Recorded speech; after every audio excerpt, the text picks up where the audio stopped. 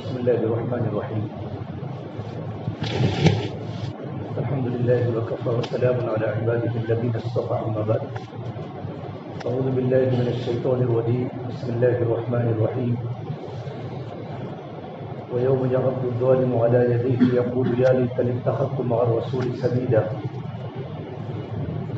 يا ويلتى ليتني لم اتخذ فلانا خليلا لقد أذلني عن الذكر بعد إذ جاءني وكان الشيطان للإنسان خذولا وقال الرسول يا رب إن قوم اتخذوا هذا القرآن مهجورا وقال النبي صلى الله تبارك وتعالى عليه وسلم المرء على دين خليله فلينظر مما يخالف، أو كما قال النبي صلى الله تبارك وتعالى عليه وسلم. میرے محترم پیارے بھائیوں، اللہ تبارک و تعالیٰ نے ہم کو دنیا میں جو بھیجا ہے، یہ دنیا میں بھیجنے کے مقاصد ہیں. دنیا میں کوئی بھی چیز ہو بغیر مقصد کے نہ انسان بناتا ہے نہ اللہ پیدا کرتا ہے.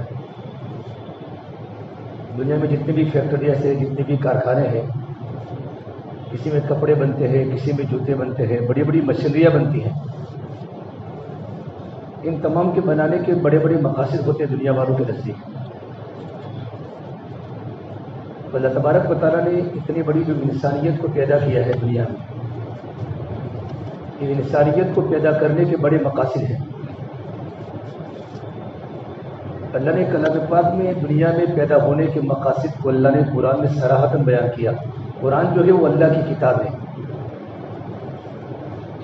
اور اللہ کے نبی صلی اللہ تبارک و تعالیٰ علیہ وسلم کو صرف اللہ نے نبی بنا کر تو بھیجا، لیکن نبی کے ساتھ قرآن بھی لے کر بھیجا.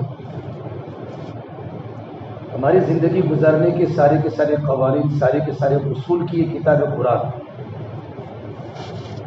اس لیے آپ صلی اللہ تبارک و تعالیٰ علیہ وسلم نے دنیا پر پردہ فرمانے سے پہلے ایک بات صحابہ کے مجمع کے سامنے فرمائی اور پوری امت کو سنائی.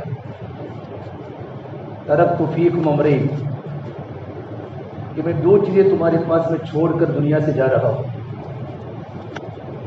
دنیا میں اللہ تم کو بھی کتنی بھی عمر دے اور تم دنیا کے کون سے بھی ڈپارٹمنٹ میں کام کرو، جاب کرو یا تجارت کرو یا پڑھو یا پڑھاؤ، دنیا کے کسی بھی شعبے میں ہو، حلال شعبہ ہے، اس کی اجازت ہے. لیکن میں دو چیزیں تم کو چھوڑ کر جا رہا ہوں، ان کو تم مضبوطی کے ساتھ پکڑ لینا تو تم کبھی بھی گمراہ نہیں ہوں گے. کتاب اللہ و سنت رسولہ صلی اللہ علیہ وسلم. ایک تو اللہ تبارک و تعالیٰ کی کتاب ہے جس کو ہم قرآن کہتے ہیں، اللہ کا کلام. غزالی فرماتے رضی اللہ تعالیٰ عنہ، جب میرے دل میں تمنا ہوتی ہے کہ میں اللہ تبارک و تعالیٰ سے باتیں کروں تو میں نماز پڑھتا ہوں. المصلی یناجی ربہ، کہ نماز پڑھنے والا جو ہوتا ہے بندہ، نماز پڑھنے والا وہ اپنے اللہ سے باتیں کرتا ہے. ہم نماز پڑھتے سورہ فاتحہ جو پورے قرآن کا خلاصہ ہے، یہ پورے قرآن کریم کا خلاصہ اللہ نے سورہ فاتحہ میں رکھا ہے. الحمدللہ رب العالمین جو پڑھتے ہیں، ہم نماز پڑھتے ہیں الحمدللہ رب العالمین، تو اللہ تبارک و تعالیٰ کی طرف سے جواب آتا ہے حمیدنی عبدی. یہ مکالمہ ہو رہا ہے، بات چیت، کہ میرے بندے نے میری تعریف بیان کی. ہم پڑھتے ہیں الرحمن الرحیم، کیونکہ ہماری نمازیں ہیں وہ عادت والی ہے، عبادت والی نہیں. حالانکہ نماز اللہ تعالیٰ کی سب سے بڑی عبادت ہے. سوئچ آن ہوا، نماز شروع ہو گئی، سلام ہوا، سوئچ آف ہو گیا. ہماری نمازوں میں جان نہیں ہے، حقیقت نہیں ہے، صورت ہے. جنہوں نے اپنی محنت کر کے اپنی نمازوں کو بنایا ہے، جب وہ نماز پڑھتے ہیں تو ان کو ایسا لگتا ہے کہ وہ اللہ سے باتیں کرتے ہیں. اس لیے آپ صلی اللہ تبارک و تعالیٰ علیہ وسلم نے فرمایا صلو کما رأیتمونی اصلی، کہ تم نماز اس طریقے پر پڑھو جیسا کہ تم نے مجھے نماز پڑھتے ہوئے دیکھا ہے. اور نماز کا درجہ دین میں اتنا بڑا ہے جتنا کہ آدمی کے بدن میں سر کا حصہ. بے سر کے بغیر انسان کو کوئی انسان کہے گا؟ انسان کا اگر ہاتھ کٹا ہوا ہو، پیر کٹا ہوا ہو، کوئی انسان ہے. بہت سے لوگ لولے بھی ہیں، لنگڑے بھی ہیں، معذور بھی ہیں، لیکن آپ کو بغیر سر کا کوئی انسان نہیں ملے گا. ملتا ہے؟ اب میں کہ ہاسٹل میں کوئی رہتا ہے، کوئی پی جی میں رہتا ہوں، پوری دنیا میں آپ کو نہیں ملے گا، بلکہ جناتوں میں جنات خبیث جنات جس کا سر نہیں ہوتا لیکن جنات اس کے پاس نہیں رہتے. تو نماز کا درجہ دل میں اتنا بڑا ہے جتنا کہ انسان کے بدن میں سر کا حصہ. تو آپ صلی اللہ تبارک و تعالیٰ علیہ وسلم نماز کے لیے کہنا چاہتے ہیں صرف نماز مراد نہیں ہے، تم زندگی اس طریقے پر گزارو جس طرح تم نے مجھے زندگی گزارتے ہوئے دیکھا ہے، کہ جس کی نماز مکمل اس کا دین مکمل. تو جب بندہ کہتا ہے الحمدللہ رب العالمین تو اللہ کی طرف سے آواز آتی ہے حمیدنی عبدی، میرے بندے نے میری تعریف کی. ہم اللہ تبارک و تعالیٰ کی دو صفتیں قرآن کی لیتے ہیں، الرحمن الرحیم، اللہ کتنا بڑا مہربان، کتنا نہایت رحم کرنے والا. تو اللہ تبارک و تعالیٰ کی طرف جواب آتا ہے میرے بندے اثنا علی عبدی، تو نے میری ثنا بیان کی. یہ اللہ سے باتیں ہوتی ہے نماز میں. جب بندہ کہتا ہے مالک یوم الدین، اے پروردگار تو قیامت کے دن کا مالک ہے، تو اللہ کی طرف سے آواز آتی ہے میرے بندے مجد علی عبدی، تو نے میری بزرگی بیان کی. ہم پڑھتے ہیں ایاک نعبد و ایاک نستعین، یہ اللہ تبارک و تعالیٰ ہم تیری ہی عبادت کرتے ہیں. یہ سب سے پہلے توحید ہے کہ ہمارا سر تیرے سامنے جھکتا ہے. ایاک نعبد و ایاک نستعین، ہم تیری ہی عبادت کرتے ہیں اور تجھ ہی سے مدد طلب کرتے ہیں. جس کی عبادت ہے اسی سے استعانت ہے. عبادت بھی تجھ سے، عبادت بھی تیری کریں گے، ضرورت پڑے گی مدد بھی تجھ سے طلب کریں گے. اللہ فرماتے میرے بندے آدھا تیرے لیے ہے آدھا میرے لیے ہے. عبادت کرنا تیری ذمہ داری، مدد کرنا میری ذمہ داری. یہ اللہ تبارک و تعالیٰ کی طرف سے نماز باتیں ہوتی ہے. پھر بندہ اللہ سے صراط مستقیم کی ہدایت مانگتا ہے، اہدنا الصراط المستقیم. پہلے اللہ سے باتیں ہوئی. جب کسی انسان سے کوئی چیز کا سوال کرنا ہو تو پہلے آدمی تعلق بناتا ہے. نماز اللہ تبارک و تعالیٰ کا تعلق ہے. اور کلمہ لا الہ الا اللہ محمد رسول اللہ یہ اللہ کی معرفت ہے. یہ معرفت ہے. یہ کسی بچے کو کسی معرفت ہوتی ہے نا، پہچان ہوتی ہے کہ تم کہاں کے ہو، تم کہاں کے ہو. اس کے بعد بندہ تعلق بناتا ہے کہ تو اچھا لڑکا ہے، اسے تعلق بنانا چاہیے، میری زندگی بنے گی، میری آخرت بنے گی، اچھی کوالٹی والا ہے، اچھے صفات والا ہے. تو کلمہ لا الہ الا اللہ یہ اللہ کی معرفت والا کلمہ ہے. جب وہ کلمہ جب ہماری دل کے اندر اتر جاتا ہے تو پھر آدمی بندہ اللہ کا تعلق بنانے کے لیے نماز پڑھتا ہے.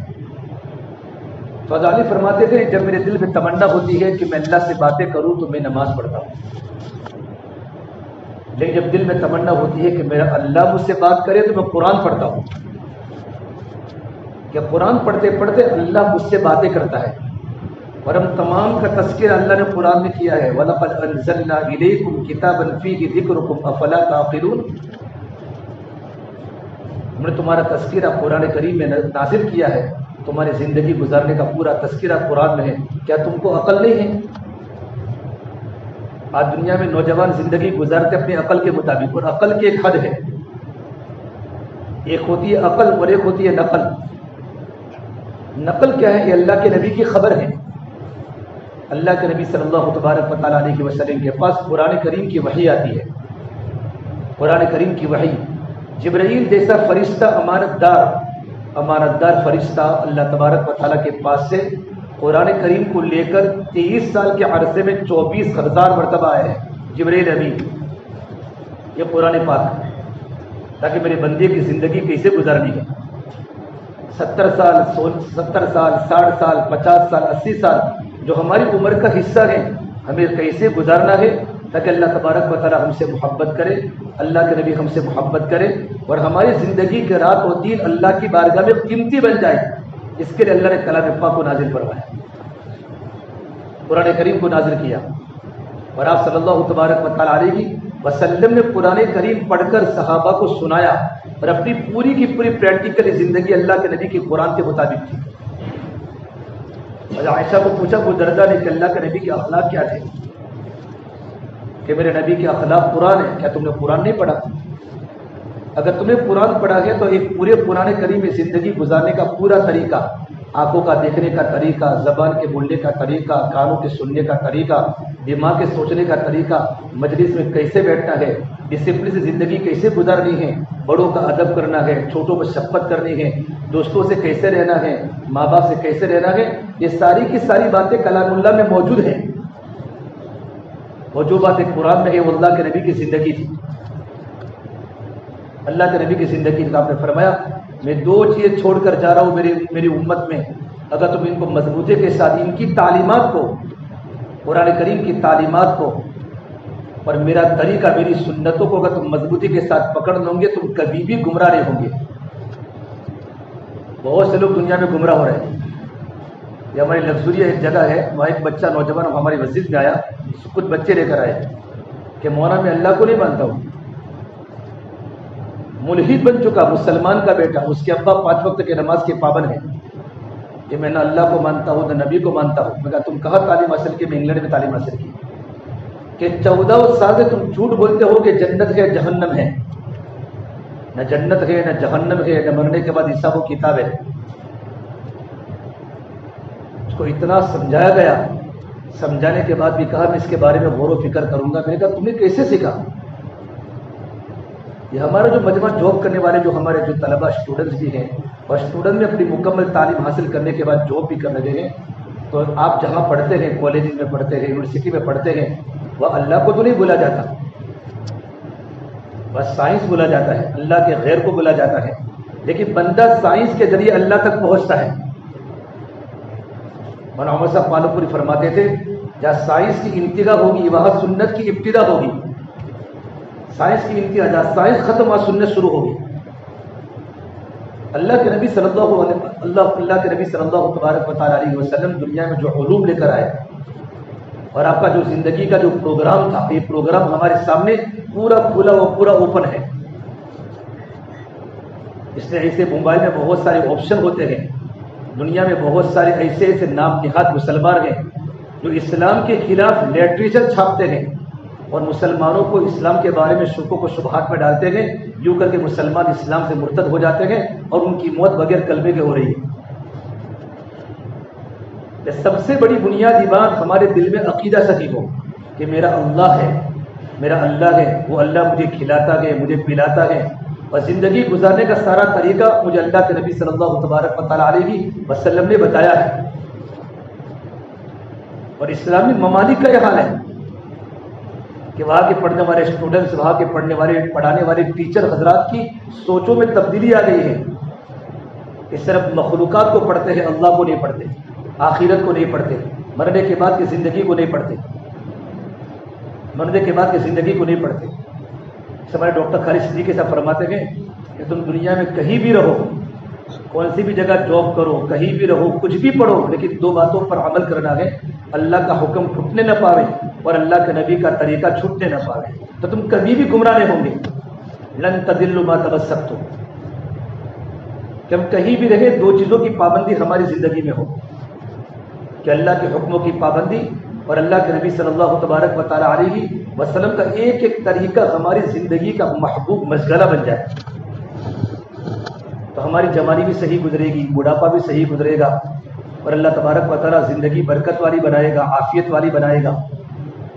اور دنیا کی ہماری ٹائم فری جو زندگی دنیا کی ایمان اور نیک عمل کی بنیاد پر دنیا کی ٹائم فری زندگی اللہ تعالیٰ خوشگوار بنائے گا اور ایمان اور نیک عمل کی بنیاد پر ہماری اخروی زندگی جنت والی بنائے گا.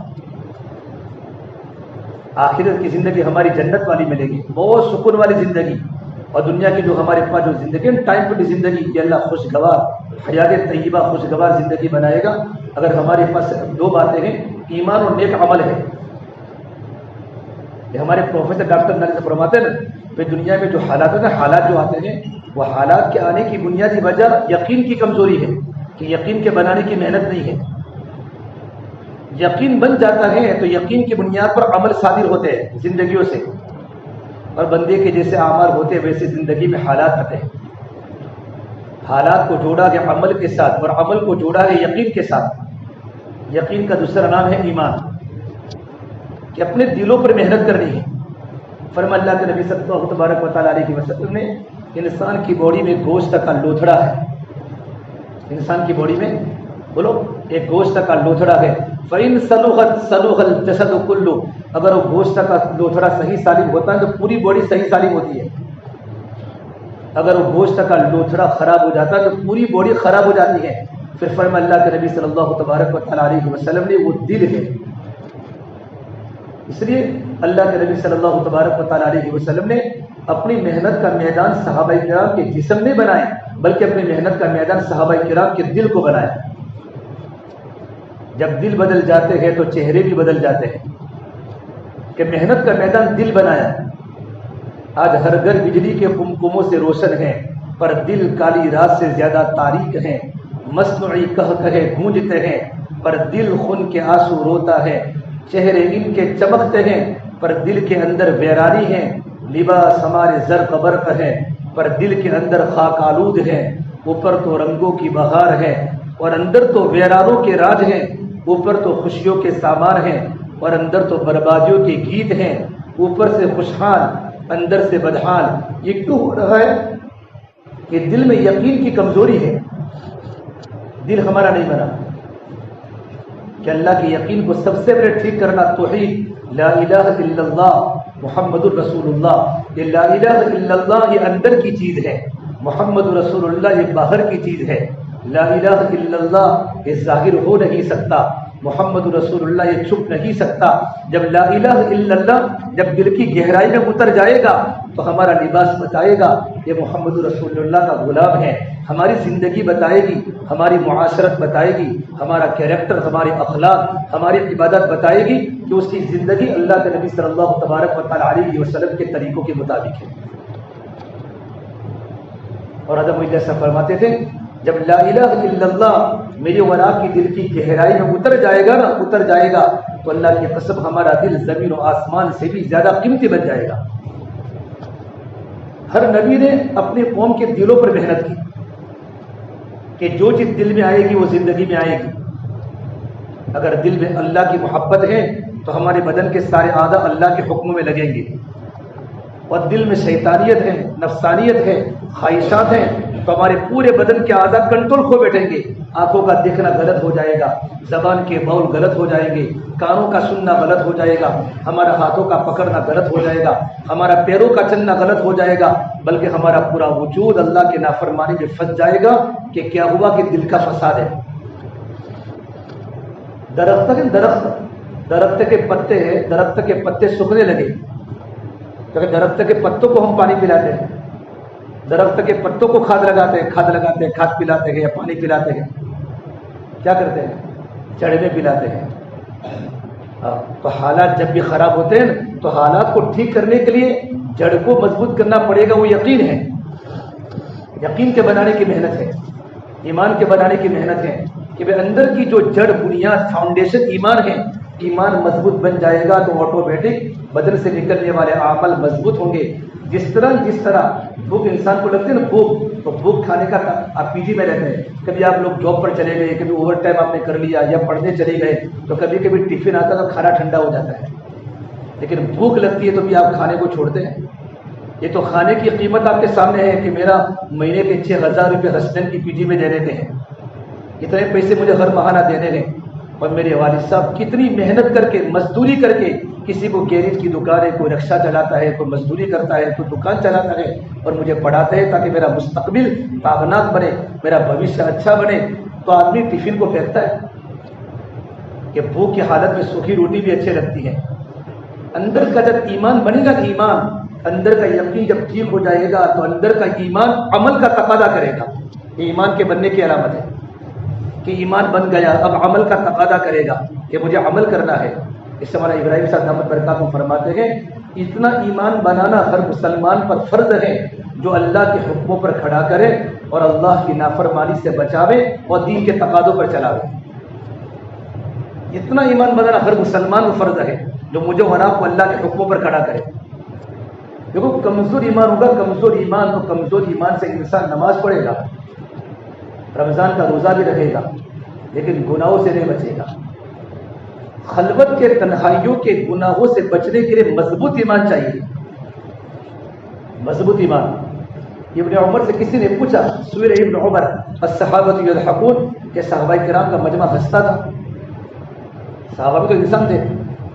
کہا نعم، صحابہ کرام کا مجمع ہنسنے کی باتوں میں ہنستا تھا، ولکن والایمان فی قلوبہم اعظم من الجبال، لیکن ہنسنے کے وجہ صحابہ کرام کا ایمان پہاڑوں سے زیادہ وزنی ہوتا تھا، اور پہاڑوں سے زیادہ مضبوط صحابہ کا ایمان ہوتا تھا. اس لیے اللہ تبارک و تعالیٰ نے قرآن کریم میں ہمیں جو کہا ہے نا، یا ایھا الذین آمنوا آمنوا کما آمن الناس، ایمان والو تم ایمان لے آؤ جیسا کہ صحابہ ایمان لے آئے. تو صحابہ کا ایمان اللہ تبارک و تعالیٰ کو مطلوب ہے. اب ایمان کہتے ہیں کس کو؟ اکثر ہمارے چھوٹے چھوٹے نوجوان لڑکے ہیں، اسٹوڈنٹس ہیں، عمریں تو بڑی ہے آپ کی ماشاءاللہ. ایمان نام ہے یقین اور تقوی کا. یقین اور تقوی، ہماری دل کی رگ رگ میں ایک اللہ بس جائے. اس لیے اللہ کے نبی صلی اللہ تبارک و تعالیٰ علیہ وسلم اللہ سے کیسا ایمان مانگا؟ اللہم انی اسألوک ایمان یباشر قلبی، یہ اللہ میں تو ایسے ایمان کا سوال کرتا ہوں جو میرے دل کی رگ رگ کو چھو لے ہوئے. بھائی جلیبی جانتے ہو؟ جلیبی اکثر فجر کی نماز کے بعد جوہا پورا میں جلیبی بنتی ہے، آپ لوگ کھانے جاتے ہو، کیونکہ پی جی والے اکثر کبھی چھٹی میں جاتے ہیں کھانے کے لیے. تو جلیبی اگر سوکھ جاوے تو کیسی لگتی ہے؟ بولو، میٹھی. اور فریش ہو تو بھی میٹھی. کہ جلیبی نے شکر کو چوس لیا ہے. فریش ہو تو بھی میٹھی، سوکھی ہو تو بھی میٹھی. اللہ میں تو ایسا ایمان مانگتا ہوں جو میرے دل کی رگ رگ کو چھو لے گئے. جب اندر کا ایمان، اندر کا یقین ٹھیک ہو گیا تو آٹومیٹک ہماری پوری زندگی اللہ کے حکموں کے سامنے جھک جائے گی. رسم و رواج سے نفرت ہوگی، سنتوں سے محبت ہوگی، گناہوں سے نفرت ہوگی، اللہ کے حکموں سے محبت ہوگی. کہ اندر کا فاؤنڈیشن، اندر کی بنیاد یقین مضبوط بن چکا ہے. اب انسان کا دل اللہ کی طرف جائے گا. بہت سے نوجوانوں کو دیکھو، آپ پی جی میں دیکھو، ہاسٹل میں دیکھو، راتوں کو اپنی بستروں کی چادر کو پھینک کر ہاسٹلوں کے کمروں میں تہجد پڑھتے ہیں، اور ان کی آنکھیں بھیگی ہو جاتی ہیں، اور ٹپ ٹپ بالکل جوانی خواہشات کے ساتھ بالکل جوان ہیں، خواہشات بھری ہوئی ہیں، شیاطین نفسانی خواہشات کے اوپر حملے ہو رہے ہیں. لیکن اندر کا یقین اتنا مضبوط اللہ کی ذات پر ہے، اور اتنا اندر کا تقوی بنا ہوا ہے، اللہ کا ڈر پیدا ہو رہا ہے. اس کا اندر کا ایمان راتوں کے اندھیروں میں، خلوتوں میں اللہ کی فرما برداری پر کھڑا کرتا ہے. جس کو اللہ نے قرآن میں کہا تتجافى جنوبهم عن المضاجع يدعون ربهم خوفا وطمعا. کہا گے وہ میرے نوجوان بندے کہ جن کے پیرو راتوں کو بستروں سے جدا رہتے ہیں اور راتوں کو مسلح پر کھڑے ہو کر اللہ کو پکارتے ہیں. یہ ہماری علی گڑھ یونیورسٹی، علی گڑھ ڈاکٹر افرائی میں بھی کل ہند کے مشورے میں آئے تھے، گودرا میں فرماتے تھے آپ جب ہمارے یہاں ہوں گے، آپ کسی بھی کمروں میں گھسوں گے تو آپ کو لگے گا کہ کوئی دارالعلوم کے طلبہ ہے. اکثر میڈیکل سائنس کے اسٹوڈنٹ ہیں، وہ آگے لوگ ڈاکٹری کرتے ہیں، میڈیکل پڑھتے ہیں، نہ معلوم کون سی ڈگریوں میں پڑھتے ہیں، لیکن دعوت تبلیغ کی محنت کی برکت سے وہ فیدہ اور ماحول بنا ہے کہ پڑھانے والا بھی مولوی صاحب لگتے ہیں. آج لوگ کیا سمجھتے ہیں؟ مولانا کو پوچھتے ہیں کہ مولانا کو صرف چاند کی تاریخ کا پتہ ہوتا ہے، کیا سمجھتے ہیں؟ لیکن تبلیغ کی برکت سے اللہ تعالیٰ بڑے بڑے پروفیسروں کو، بڑی بڑی ڈگریاں حاصل کرنے والے کو ان کی زندگی علماء کے مطابق بنا لی. علماء کے مطابق کا مطلب یہ ہوتا ہے اللہ کے نبی کی سنتوں کے سانچے میں ڈل گئے.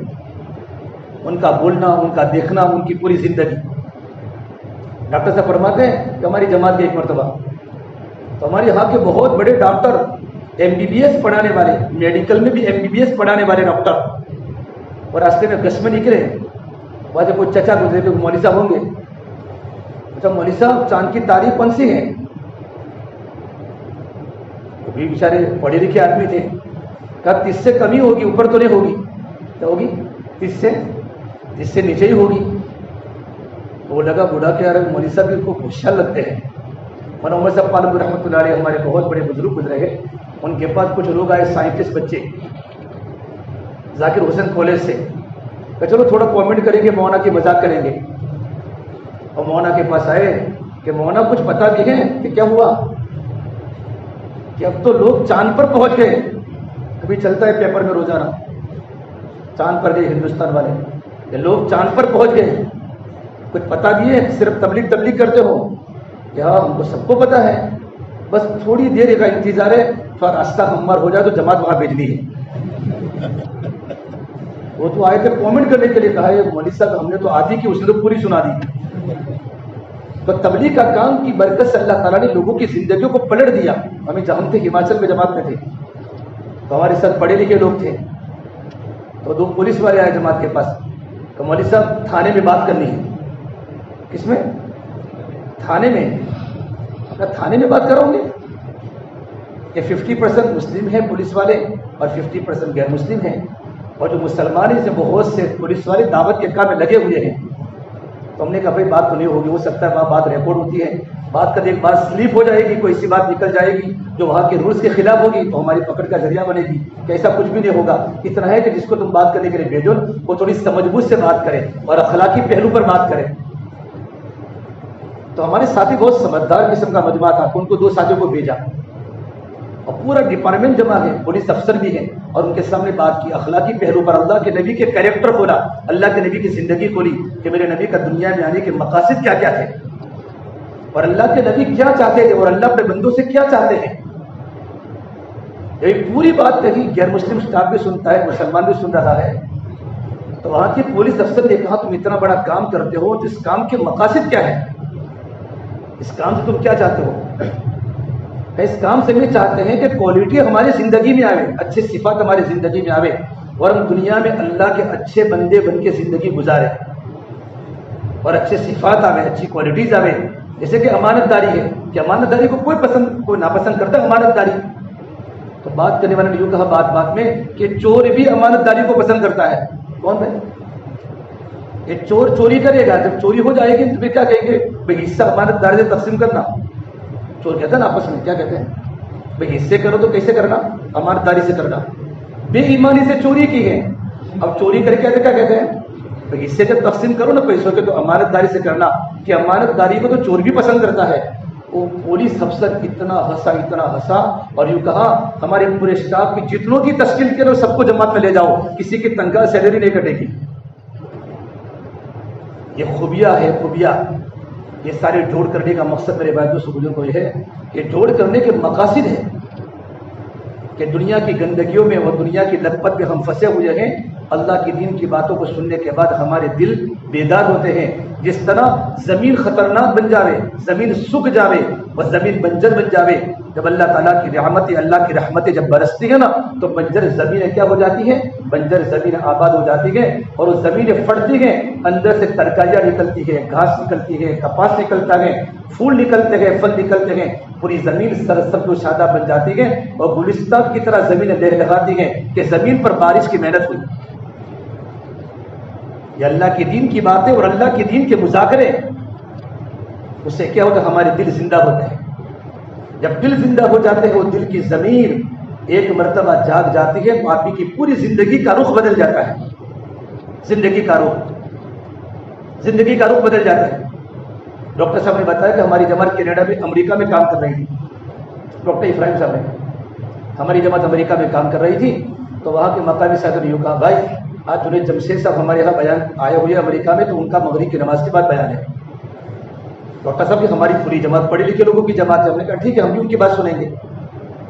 جنید جمشید صاحب آئے رحمۃ اللہ علیہ، آج اللہ کے پیارے ہو گئے۔ جنید جمشید صاحب نے کہا جب دیکھا یہ تو علی گڑھ کی جماعت ہے، پڑھے لکھوں کی جماعت، اور اتنے پڑھے لکھے کا، میں تو پڑھا لکھا نہیں ہوں، اتنا سارا بات تو تم کرو گے۔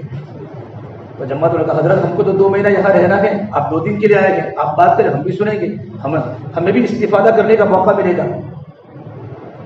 تو انہوں نے بیان میں ایک بات فرمائی کہ میں نے دنیا میں سوچا کہ اگر آدمی کو دنیا میں چمکنا ہو تو آدمی کے پاس 2 باتیں چاہیے، دو چیزیں چاہیے۔ آج ہر انسان کی خواہش ہے کہ دنیا میں مجھے کیا ملے؟ پوری دنیا مجھے یاد کرے، میرا نام ہو۔ اس کے لیے 2 چیزیں ہیں کہ مجھے شہرت ملے، مجھے دولت ملے، کہ میں مشہور ہو جاؤں پوری دنیا میں، اور میرے پاس پیسوں کا ڈھیر ڈھیر ہو، میرے پاس پیسوں کی ریل پیل ہو۔ اس کے لیے میں نے بڑی محنت کی، ناجائز طریقے سے بھی، جائز طریقے سے بھی، اور اللہ تعالیٰ نے مجھے 2 چیزیں عطا فرمائی۔ پوری دنیا مجھے جانتی تھی کہ سنگر ہے، اور دولت کی ریل پیل میرے پاس تھی، لیکن مقصود جو تھا وہ مجھے حاصل نہیں ہوا۔ وہ کیا ہے؟ دل کا سکون۔ میری آتما کو سکون نہیں ملا، میرے دل کو بالکل سکون نہیں ملا۔ دل اندر سے پریشان ہے. میں گولیاں کھا کے راتوں کو سوتا تھا, اتنے بڑے فرش پر سوتا, بڑے بنگلے میں صوفے پر, ہر قسم کے اسباب راحت کے موجود ہیں, لیکن مجھے سکون کی زندگی نہ ملی. میں پریشان. تو کرتے کرتے میں مولانا طارق جمیل صاحب کے پاس پہنچا, رائے بریلی کے اجتماع میں کوئی مجھے لے گیا رہبری کر کے. میں مولانا صاحب کے سامنے پوری کارگزاری سنے, حضرت میں نے سکون کے لیے تو اتنی ساری محنت کی, پیسے جمع کیے, دنیا میں میرا نام ہو گیا, جس گلی سے میں گزرتا ہوں نا پوری گلی مجھے دیکھنے کے لیے جمع ہو جاتی ہے. لوگ مجھے میرے بارے میں کیا کیا سمجھتے ہوں گے, لیکن میرے اندر سے آگ لگی ہوئی ہے. اس میں آپ کی خدمت میں آیا ہوں. مولانا ہنسے مسکرائے, فرمایا اس گھٹنے میں درد ہے اور دوسرے گھٹنے کی دوا ہو رہی ہے. کیا کہا؟ کون سے گھٹنے میں درد ہے؟ داہنے گھٹنے میں درد ہے اور بائیں گھٹنے کا علاج ہو رہا ہے. جہاں تم پہنچے ہو وہاں سکون نہیں ہے, اور جہاں سکون ہے وہاں تم پہنچے نہیں ہو. جہاں تم پہنچے ہو وہاں سکون نہیں ہے. اسباب الگ ہے, اسباب الگ ہے, اسباب کا سکون الگ ہے. ایک آدمی ایئر کنڈیشن خرید سکتا ہے لیکن دل کا سکون نہیں خرید سکتا. آدمی کا جسم تو ٹھنڈا ہوگا ایئر کنڈیشن سے, آدمی کا دل ٹھنڈا نہیں ہوگا. آدمی کے دل کو ٹھنڈا کرنے والی چیز الگ ہے. اس اچھے طریقے سے مولانا اس کے دل کو نہیں توڑا, اس کو سراہا, اس کو ابھارا. بس یہی بات اس کے دل پر لگی, اور ایسی لگی کہ موت بھی اللہ کے راستے میں آئی. اور اکیلا نہیں بنا, ہزاروں کو دیوانہ بنا کے گیا.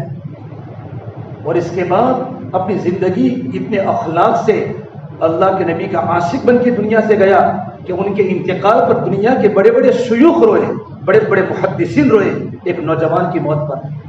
اور اتنا بڑا جنازے کا مجمع اس ملک میں کبھی دیکھا نہیں گیا کہ زندگی کے دل کا رخ صحیح ہو گیا. اسے فرمایا اللہ کے نبی صلی اللہ تبارک و تعالیٰ علیہ وسلم نے, الناس معادن کمعادن الذهب والفضہ, کہ لوگوں کو اللہ نے ایسی صلاحیت دی, ایسی کیپیسٹی دی ہے کہ لوگ یہ سونا و چاندی, کہ لوگوں کے پاس ایسی صلاحیت ہے جیسے سونا و چاندی کی صلاحیت ہوتی ہے. لوگ ایسے قیمتی ہیں اللہ تعالیٰ کی نگاہ میں جیسے سونا و چاندی قیمتی ہیں. لیکن ہماری ساری کی سارا صلاحیت کہاں لگ رہی ہے؟ ہماری خواہشات پر لگ رہی ہے, منمانی پر لگ رہی ہے, اللہ کے حکموں پر نہیں لگ رہی. اور اللہ کے حکموں پر لگانے کے لیے ہماری صلاحیت, ہمارا مال, ہماری عزت, ہماری قوت, ہمارا جان, یہ اللہ کے راستے میں لگے اور اللہ کے حکموں پر لگے, اللہ کی مرضیات پہ لگے. اس کے لیے بنیادی جو محنت ہے وہ دل کا یقین ہے. جب تک وہ نہیں بنے گا تب تک باتیں ہیں, تب تک مذاکرے ہیں,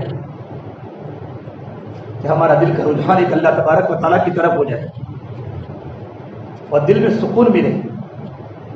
اور زندگی میں دل میں سکون کو لانے کے لیے کیا کرنا ہے؟ محنت ہے, ایمان کی بنیادی محنت, کہ آدمی کا اگر ایمان مضبوط بن جائے گا نا تو ہماری خلوتیں پاک ہو جائے گی. اللہ کے نبی صلی اللہ تبارک و تعالیٰ علیہ وسلم نے یہ صحابہ کے مجمع پر وہ محنت فرمائی کہ جوان صحابہ جو اللہ کے نبی کے سامنے چھوٹے چھوٹے تھے, یعنی 4 عبادلہ, عبداللہ بن عمر ہے, ابن مسعود ہے, ابن عباس ہے, یہ سب عبداللہ نام کے ہیں. بعد میں بڑے بڑے لوگ بنے.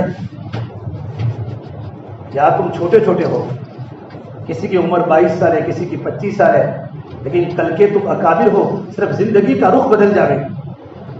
حضرت عمر فاروق کے بارے میں مکہ میں مشہور تھا کہ خطاب کا گدھا تو ایمان قبول کر سکتا ہے, لیکن خطاب کا بیٹا عمر ایمان قبول نہیں کر سکتا.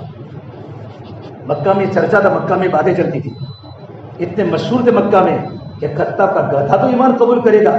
بھائی گدھا ایمان قبول کر سکتا نہیں, لیکن ناممکن ہے کہ عمر کا ایمان قبول کرنا. لیکن جب اللہ کے نبی صلی اللہ تبارک و تعالیٰ علیہ وسلم کے ہاتھ میں آئے ہیں اور اللہ کے نبی کا رنگ چڑھا ہے تو ساری کی ساری صلاحیتیں کہاں لگی؟ اتنی بڑی صلاحیت لگی, وہ اتنے بڑے قیمتی انسان بنے کہ میرے نبی نے فرمایا اگر میرے بعد کوئی نبی ہوتے تو عمر ہوتے. لو کان بعدی نبی لکان عمر, اگر میرے بعد کوئی نبی بننے کے قابل ہوتے تو عمر ہوتے, لیکن چونکہ نبوت کا دروازہ بند ہو چکا ہے. وہ زندگی میں وہ کوالٹیز, وہ صفات اور وہ محاسن حضرت عمر کی زندگی میں آئے. سرحد کیا لگ رہی تھی؟ بوتوں پر لگ رہی تھی, لیکن نبی کے قتل کرنے کے در پہ تھے.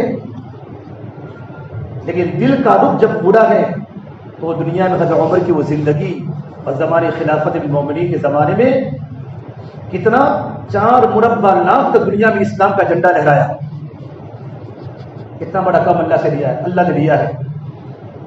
دریائے نیل کا پانی نہیں بہتا. اس کا پانی ہے مصر میں دریائے نیل. بہت سارے عرب ملے حرم شریف میں, مصر والے, مصری وہاں بہت ہیں, تو ان سے دریائے نیل کے بارے میں بہت پوچھا. آج بھی دریائے نیل برابر بہہ رہا ہے دریا. اسلام کے قبول کرنے کے پہلے وہاں ماحول تھا کہ دریائے نیل جب تک وہ خوبصورت لڑکی کو جب تک اس میں بنا سوا کر سمندر کے نظر نہیں کرتے تب تک پانی اوپر نہیں آتا تھا. اللہ تعالیٰ بھی ان کے عقیدے کے مطابق سمندر چلاتا تھا. جب اسلام آیا اور اسلام نے ساری کی ساری چیزیں کاٹی. عمر بن عاص مصر کے گورنر ہیں, کہیں تو نہیں ہو سکتا, اسلام میں تو جائز نہیں ہے کہ کسی لڑکی کو زبردستی سمندر میں ڈالنا, سمندر کے نظر کرنا, کہ سمندر کا پانی بہے, اسلام اجازت نہیں دیتا.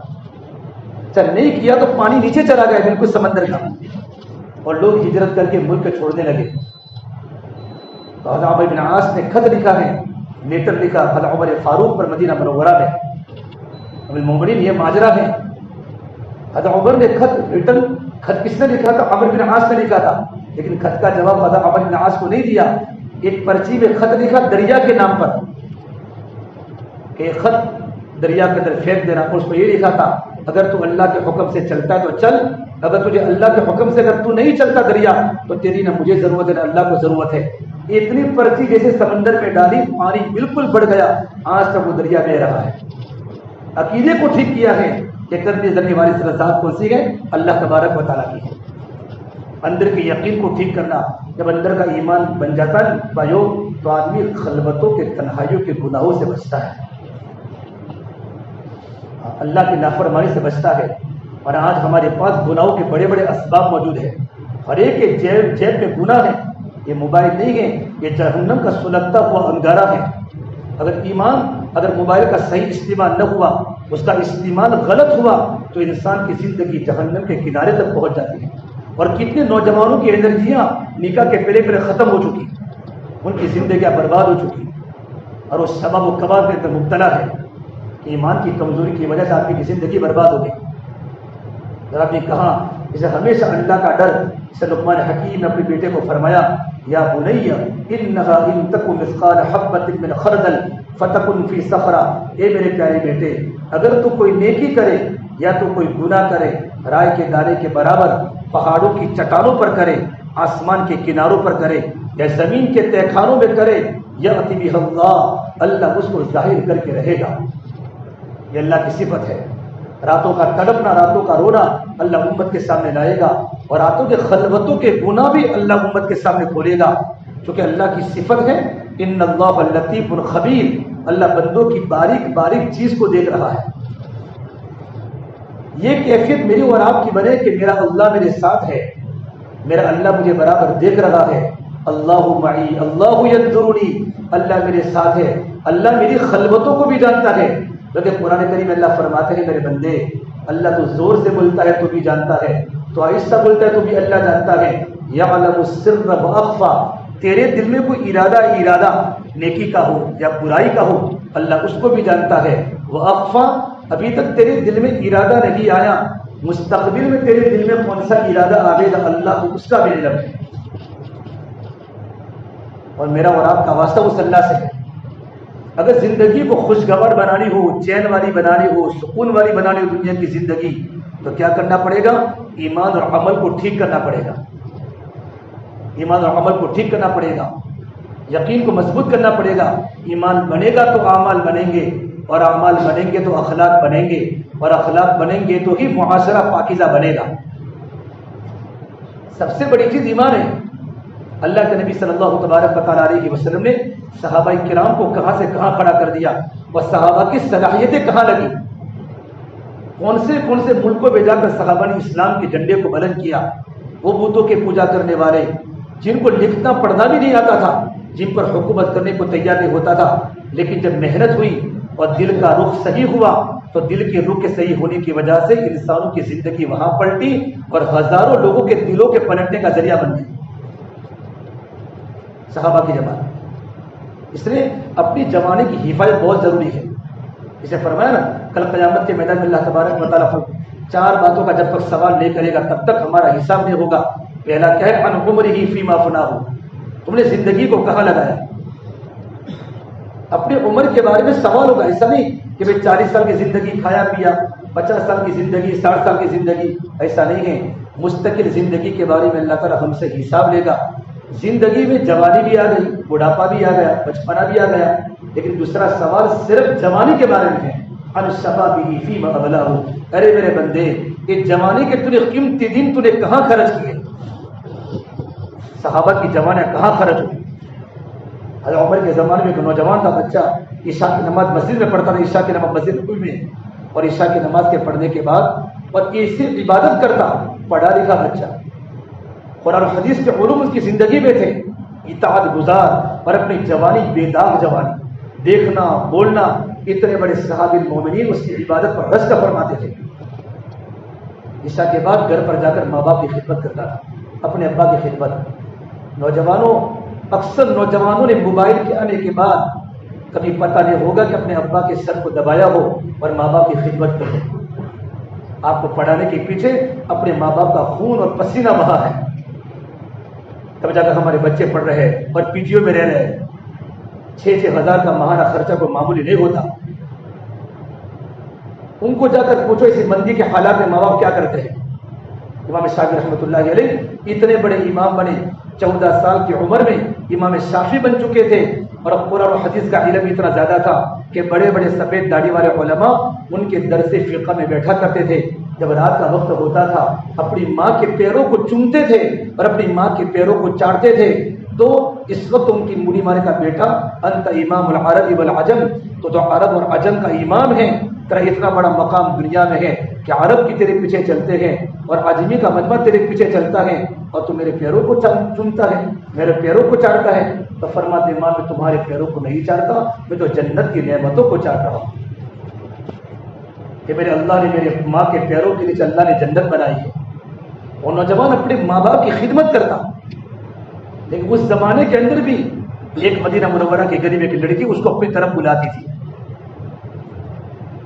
اندر کا ایمان مضبوط ہوگا کہ میرا اللہ مجھے دیکھتا ہے، کتنا ہی گناہوں کا گندا ماحول کیوں نہ ہو، آدمی کے دل میں اس بات کا پکا یقین ہے مجھے اللہ کے سامنے جواب دینا پڑے گا، اور ہر گناہ کے پیچھے مصیبت کھڑی ہے، ہر گناہ کے پیچھے مصیبت کھڑی ہے.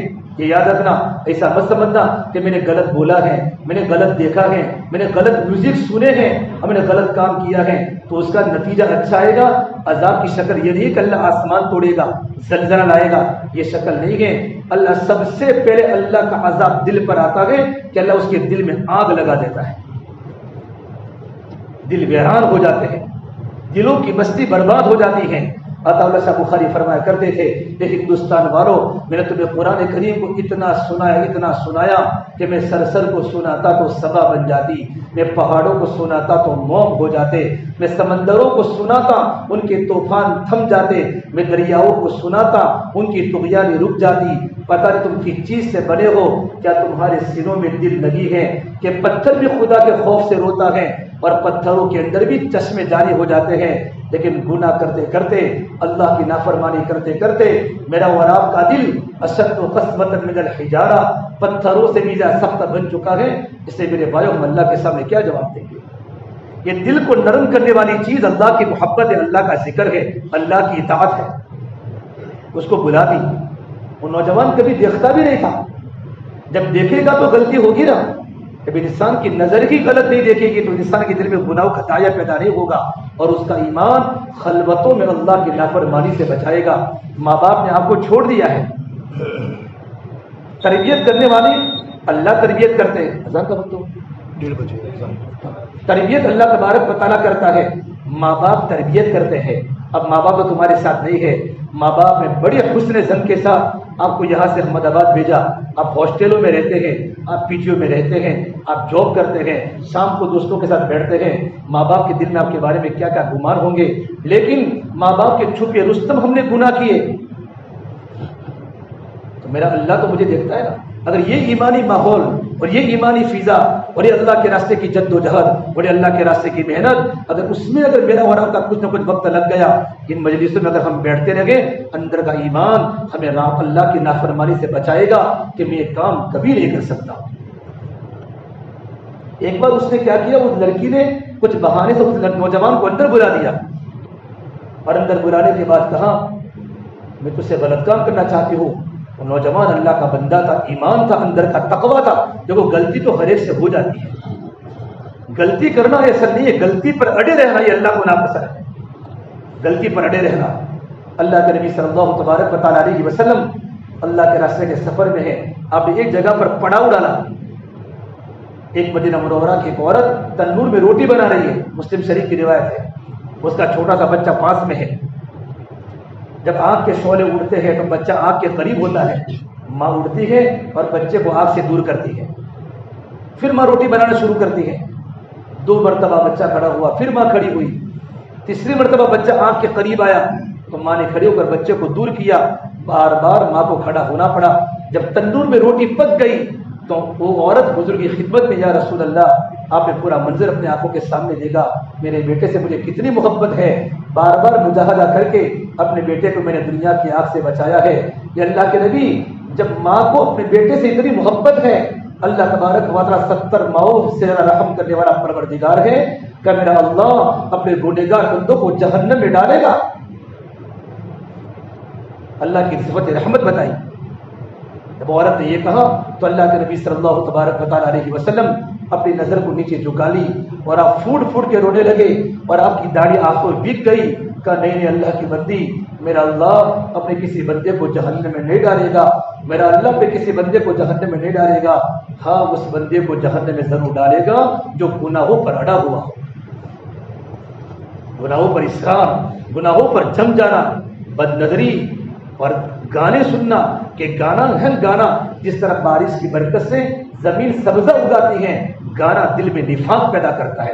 الغنا ينبت النفاق، رواہ البخاری، بخاری شریف کی روایت ہے کہ میوزک اور گانا دل میں نفاق پیدا کرتا ہے، نفاق پیدا کرتا ہے، اور ایمان اور نفاق دونوں ساتھ میں جمع نہیں ہو سکتے۔ یا تو دل میں نفاق ہو گیا تو دل میں ایمان ہوگا، ایمان ہو گیا تو کیا ہوگا بولو؟ نفاق ہوگا۔ اور نوجوان نے کہ میں تو یہ نہیں کر سکتا، اچانک اس کی زبان پر آیت جاری ہو گئی، ایمانی ماحول میں تھا بھائی، مسجد نبی کی مجلسوں میں بیٹھتا تھا، ان الذین اتقوا اذا مسهم طائف من الشیطان تذکروا فاذا هم مبصرون، کہ جن لوگوں کی زندگی میں تقوی ہوتا ہے، اللہ کا ڈر ہوتا ہے، جب ان کے سامنے کوئی شیطانی حربے ہوتے ہیں، شیطانی حملے ہوتے ہیں تو فوراً اپنے آپ کو بچاتے ہیں۔ یہ آیت پڑھتے پڑھتے وہ نوجوان بے ہوش ہو گیا، دل میں اللہ کا ڈر دل میں آ گیا، یہ نہیں کر سکتا، بے ہوش ہو گیا۔ وہ لڑکی نے بہت کوشش کی اس کو ہوش میں لانے کی، اس کی باندھی آئی لیکن بچہ ہوش میں نہیں آ سکا، اور اس کے ابا اس کے انتظار میں ہے کہ میرا بیٹا ابھی تک کیوں نہیں آیا گھر پر۔ پھر باندھی نے اور اس لڑکی نے اس نوجوان کو اٹھا کر اس کے باپ کے گھر کے آگے ڈال دیا، ہے تو صحابہ میں ہے۔ جیسے ابا نے دروازہ کھولا تو بیٹا پڑا ہوا ہے بے ہوش، فوراً گھر والے جمع ہو گئے اور کسی بھی طرح لڑکے کو ہوش میں لانے کی کوشش کی۔ جب لڑکا ہوش میں تو پوچھا بیٹا کیا ہوا تھا، تو نوجوان لڑکا بالکل 22-23 سال کا عالمی نوجوان اور تابعی کا بیٹا، حضرت عمر کا زمانہ ہے، پوری کارگزاری سنائی۔ یہ عورت نے میرے ساتھ اس طریقے پر مجھے پھسلانے کی کوشش کی، اللہ نے میری زبان پر یہ آیت جاری کر دی، ان الذین اتقوا اذا مسهم طائف من الشیطان تذکروا فاذا هم مبصرون۔ یہ آیت پڑھتے پڑھتے اس نوجوان کی روح پرواز ہو گئی، اللہ کا پیارا ہو گیا۔ کیا دل میں خدا کا خوف غالب تھا، وہ ایمان بن جاوے کہ گناہوں کا منظر میرے سامنے ہو تو میرا دل تڑپ جاوے، تڑپ جاوے۔ رات کے وقت اس کو غسل دیا، اس کو کفن دیا، اس کی نماز جنازہ پڑھا لی۔ حضرت عمر نے پوچھا فجر کی نماز میں، پوچھا وہ نوجوان بیٹا کہاں ہے؟ حضرت عمر کی زندگی میں نوجوانوں کے بارے میں بڑی فکر تھی، جس امت کے جس بستی کے نوجوان اللہ کے دین والے ہیں اس بستی کا مستقبل دیندار بنے گا، اچھا بنے گا، اور جس بستی کے نوجوان، جس علاقے کے نوجوانوں کی زندگی خراب ہو گئی اس امت کا مستقبل بڑے خطرے میں ہے۔ قبل مومنین اس بچے کا تو انتقال ہو گیا، رات کو غسل بھی دیا، کفن بھی دیا، نماز جنازہ پڑھا لی۔ اور مومنین اپنی داڑھی کو پکڑ کر روتے روتے بقی میں آئے، جنت البقیع میں کا دوبارہ صفے بناؤ، اور صفے بنانے کے بعد دوبارہ نماز جنازہ پڑھائی اور اس کی قبر پر آیت پڑھی وَلِمَنْ خَافَ مَقَامَ رَبِّهِ جَنَّتَانِ، وہ انسان جو اللہ کے سامنے کھڑے ہونے سے ڈرے کہ مجھے اللہ کے سامنے اپنی زندگی کا جواب دینا ہے، اس کے لیے اللہ 2 جنتیں تیار کی ہیں۔ جب میں آیت پڑھی تو قبر میں سے آواز آئی بالمومنین میرے اللہ نے مجھے 2 جنتیں عطا فرمائی، میرے اللہ نے مجھے 2 جنتیں عطا فرما دی۔ یہ اندر کا ایمان اور اندر کا تقوی اللہ کی نافرمانی سے بچائے گا، اللہ کی نافرمانی سے بچائے گا کہ مجھے اللہ کے سامنے کھڑا ہونا ہے اور اللہ کے سامنے جواب دینا ہے۔ اس سے میرے نبی نے فرمایا ان قریب میری امت پر وہ زمانہ آئے گا کہ میری امت کے لوگ گانے بجانے کے عادی بنیں گے اور وہ 24 گھنٹے ان کا دل لڑکیوں کی طرف ہوگا، گانا بجانے والی اور بازاروں میں سنگار کر کے چلنے والوں کی طرف ان کا دل مائل ہوگا۔ جب وہ راتوں کو سوئیں گے جب وہ صبح میں اٹھیں گے تو اللہ ان کے چہروں کو سور کی شکل میں تبدیل کر دے گا۔ تو صحابہ نے پوچھا اللہ کے نبی کیا وہ اللہ پر ایمان لاتے ہوں گے؟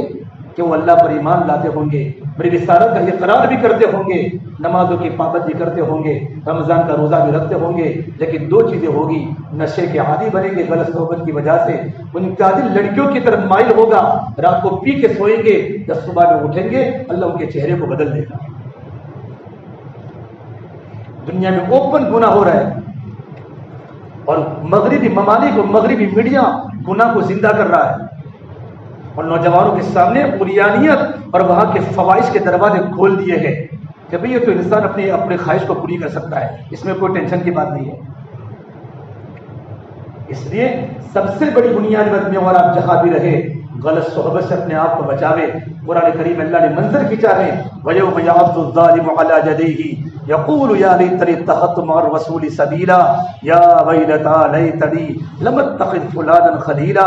وہ ہاتھ کھائے گا قیامت کے دن، کھاتے کھاتے کاٹتے کاٹتے پورے ہاتھ کو کاٹ دے گا اور یہ کہے گا کاش میں فلاں کو دوست کبھی نہ بناتا، فلاں کو دوست لم اتخذ فلانا خلیلا لقد اضلنی عن الذکر بعد اذ جاءنی۔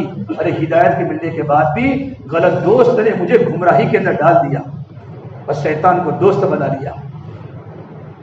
اس لیے یہ تمام کے تمام غلط مناظر کے آنے کے پہلے یہ اللہ نے موقع دیا ہے، ابھی عمر چھوٹی ہے، اللہ عمر میں برکت دے گا، زندگی میں برکت دے گا، تقوی میں برکت دے گا۔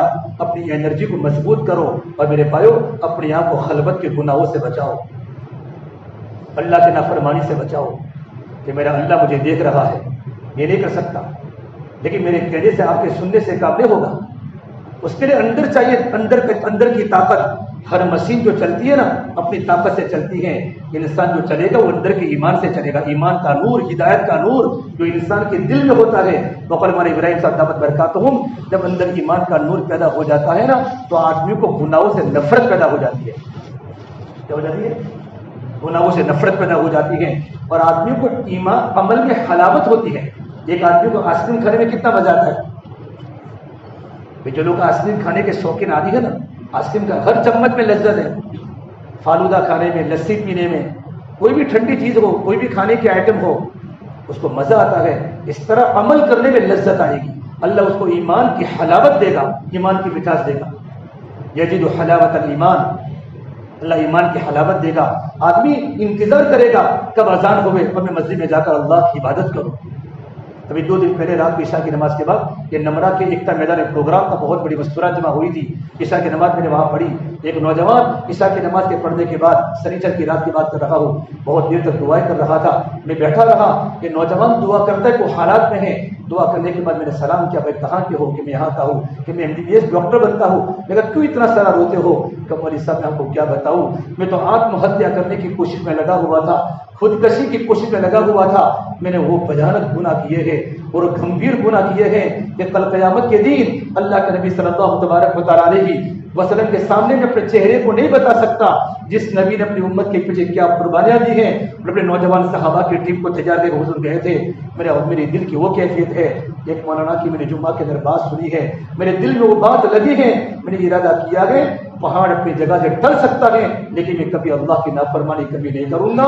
ہر نماز کے بعد دعا قبول ہوتی ہے، میں تڑپ تڑپ کے اللہ سے اپنے گناہوں کی توبہ کر رہا ہوں۔ اس سے نوجوان بھی دنیا میں ہے، گناہ ہر ایک سے ہوتا ہے. اس لیے یہ ایمانی ماحول، ایمانی فضا اور یہ اللہ کے راستے کا خروج. اس لیے ہم کو یہ ہمارے ماں باپ نہیں کہ بیٹا نماز پڑھ، ماں باپ تو ہے نہیں، ماں باپ تو گھروں پر ہیں. کبھی فون سے بات کرتے ہوں گے بیٹا نماز پڑھتا ہے کہ نہیں پڑھتا، بیٹا قرآن پڑھتا ہے کہ نہیں پڑھتا. اس لیے بڑی خوشی مجھے اس بات کی ہوئی کہ ہماری پالڑی کی جماعت گریجویٹ جماعت ہے، پڑھی لکھوں کی جماعت ہے ماشاءاللہ، اور اس نے آ کر پی جی والوں کا جوڑ کیا کہ نوجوانوں کو جمع کیا. مختلف علاقوں سے آ کر اس شہر میں روزی کی بنیاد پر آئے ہیں اور پڑھنے کے سلسلے میں آئے ہیں. احمد آباد وہ شہر ہے جہاں پورے انڈیا کے لوگ بستے ہیں اور اللہ ہر ایک کی روزی کو اللہ پاک فراہم کرتا ہے. یہاں ہم دنیا لینے کے لیے آئے ہیں، یہاں ہم دین لے کر آئے. ابھی ہم حرم شریف میں تھے، عربوں کے یہاں بیان ہوا، ایک عربی نے کہا مولانا میرا بیٹا اتنا نافرمان تھا، اتنا مجھے پریشان کرتا تھا، میں تنگ آ گیا تھا. اگر میں کہتا بیٹا یہ کام کرنا ہے کہ ابا تم زیادہ مت بولو ورنہ تمہارے خلاف میں کیس درج کراؤں گا. بالکل آوارہ عیاش بن چکا. میں اس کو جرمنی پڑھنے بھیجا. وہاں جرمنی پڑھنے گیا، کیا کسی کی نظر لگی کہ جرمنی میں جانے کے بعد وہاں کی ہاسٹل میں دعوت کا کام ہو رہا تھا. وہ ایک جماعت اردو کی جوڑنے کی جماعت وہاں پہنچی، عربوں کی جماعت پہنچی اور سارے عربوں کے نوجوانوں کو جمع کیا، ہاسٹلوں میں جا کر گشت کیا اور جوانوں کو جمع کر جب ان کے سامنے بات ہوئی، گشتوں میں ہوئے. میرا بیٹا واپس آنے کے بعد اس کے سر پر عمامہ ہے، اس کے چہرے پر داڑھی ہے، وہ 2 گھنٹے میری گھر والی کے پیر دباتا ہے. وہ زندگی چینج ہو گئی. مکہ کا رہنے والا بچہ جرمنی میں جا کر زندگی تبدیل کر رہا ہے.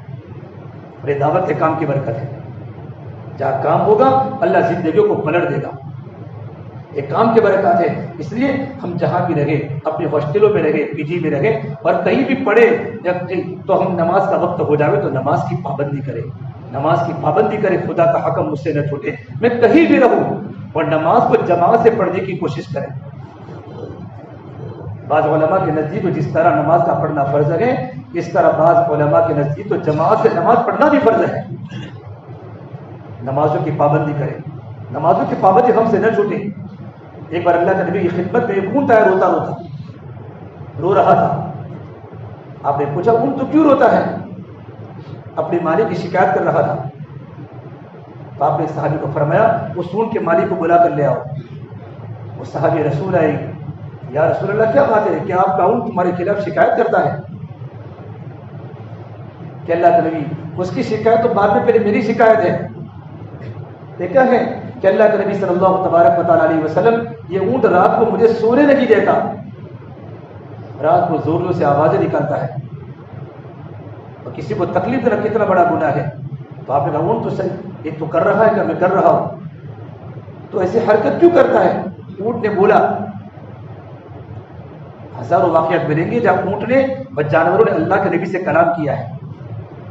ایک بار ابو سفیان ابن حرب اخنس بن شریق حرم کے کنارے پر کھڑے تھے، حدود حرم کے پاس، اور ایک ہرن کا پیچھا ایک ٹائیگر نے کیا، بھیڑیے نے کیا. ہرن آگے جا رہا ہے، بھیڑیا پیچھے جا رہا ہے. اور حدود حرم میں تو گھاس بھی نہیں کاٹ سکتے معلوم ہے، اور حدود حرم میں تو کسی کا شکار نہیں کر سکتے. اب ہرن نے دیکھا کہ حرم کی حدود آ چکی ہیں، یوں کر کے اپنے پیروں کو آگے کر کے جمپ مارا اور ہرن حدود حرم میں داخل ہو گیا. زمین تھی وہ تو خالی، بھیڑیا وہاں رک گیا اور ہرن کو جانے دیا. ابو سفیان نے کہا واہ عجبا، بڑی تعجب کی بات ہے کہ بھیڑیوں کو بھی حرم کے حدود کا پتہ ہے. حالانکہ دونوں کے دونوں مشرک تھے اس وقت. کہ بھیڑیا کی حرم کے حدود کو جانتا ہے کہ حرم میں شکار نہیں ہو سکتا. تو بھیڑیا اپنے دم کے بل کھڑے ہو کر کہا یا ابا سفیان واہ عجبا من ذلک، اس سے بھی بڑی تعجب کی بات بتاؤ. محمد عربی صلی اللہ تبارک و تعالیٰ علیہ وسلم اللہ کے بندوں کو جنت کی دعوت دے رہے ہیں اور تم دونوں لوگوں کو جہنم کی طرف بلا رہے ہو.